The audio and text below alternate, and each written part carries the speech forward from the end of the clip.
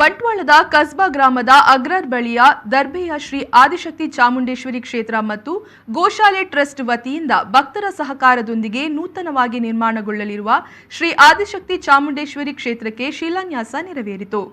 ಕ್ಷೇತ್ರದ ಆರಾಧ್ಯ ಶಕ್ತಿ ಶ್ರೀ ಆದಿಶಕ್ತಿ ಚಾಮುಂಡೇಶ್ವರಿ ಹಾಗೂ ಪರಿವಾರ ದೇವರಿಗೆ ಪೂಜೆ ಸಲ್ಲಿಸಿದ ಬಳಿಕ ವೇದಮೂರ್ತಿ ನಾಳ ಶ್ರೀ ದುರ್ಗಾ ಪರಮೇಶ್ವರಿ ದೇವಸ್ಥಾನದ ಪ್ರಧಾನ ಅರ್ಚಕ ರಾಘವೇಂದ್ರ ಶರಣವರ ಪೌರೋಹಿತ್ಯದಲ್ಲಿ ಶಾಸ್ತ್ರೋಕ್ತವಾಗಿ ದೇವಸ್ಥಾನದ ನಿರ್ಮಾಣಕ್ಕೆ ಶಿಲಾನ್ಯಾಸ ನಡೆಸಲಾಯಿತು.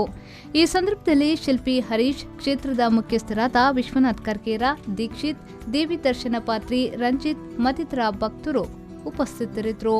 ಸುಮಾರು 850 ವರ್ಷಗಳ ಇತಿಹಾಸವಿರುವ ಹಾಗೂ ಅನಾದಿ ಕಾಲದಿಂದಲೂ ಕಲಶ ಮುಖೇನ ಆರಾಧಿಸಿಕೊಂಡು ಬಂದಿರುವ ಈ ಸಾನ್ನಿಧ್ಯವು ಪರಿವಾರ ಶಕ್ತಿಗಳೊಂದಿಗೆ ಜೀರ್ಣೋದ್ಧಾರಗೊಳ್ಳಬೇಕೆಂದು ತಾಯಿ ಆದಿಶಕ್ತಿ ಚಾಮುಂಡೇಶ್ವರಿಯ ಅಪ್ಪಣೆಯಾಗಿರುವುದಾಗಿ ಆರೂಢ ಪ್ರಶ್ನಾ ಚಿಂತನೆಯಲ್ಲಿ ಕಂಡುಬಂದಿರುವ ಹಿನ್ನೆಲೆಯಲ್ಲಿ ಸುಮಾರು 1 ಕೋಟಿ ರೂಪಾಯಿ ವೆಚ್ಚದಲ್ಲಿ ದೇವಸ್ಥಾನ ನಿರ್ಮಾಣ ಕಾರ್ಯವನ್ನು ಕೈಗೆತ್ತಿಕೊಳ್ಳಲಾಗಿದೆ. ಸಾನ್ನಿಧ್ಯದಲ್ಲಿ ಪ್ರತಿ ಮಂಗಳವಾರ, ಶುಕ್ರವಾರ ಹಾಗೂ ಸಂಕ್ರಮಣದಂದು ದರ್ಶನ ಸೇವೆಯ ಜೊತೆಗೆ ಭಕ್ತರ ಸಮಸ್ಯೆಗಳಿಗೆ ಪರಿಹಾರ ನೀಡಲಾಗುತ್ತಿದ್ದು ಅನ್ನದಾನ ಸೇವೆಯೂ ನಡೆಯುತ್ತಿದೆ.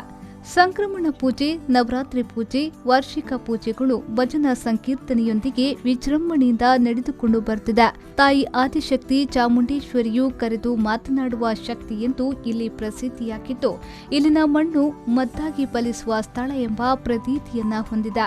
ವಾಸ್ತುತಜ್ಞ ಮಹೇಶ್ ಮುನಿಯಂಗಳ ಅವರ ನಿರ್ದೇಶನದಂತೆ ಕ್ಷೇತ್ರ ಪುನರ್ ನಿರ್ಮಾಣಕ್ಕೆ ಮುಂದಾಗಿದ್ದು, ಪರಿವಾರ ಶಕ್ತಿಗಳಾಗಿ ಕ್ಷೇತ್ರಪಾಲ ಗುಳಿಗ, ಕಲ್ಲುಟ್ಟಿ ಹಾಗೂ ನಾಗದೇವರ ಗುಡಿ ನಿರ್ಮಿಸಲು ಅಪೇಕ್ಷಿಸಲಾಗಿದೆ. ವಿಶೇಷವಾಗಿ ಪ್ರಕೃತಿ ರಮಣೀಯ ಸ್ಥಳದಲ್ಲಿ ಪಶ್ಚಿಮಾಭಿಮುಖವಾಗಿ ದೇವಸ್ಥಾನ ನಿರ್ಮಾಣಗೊಳ್ಳಲಿದೆ.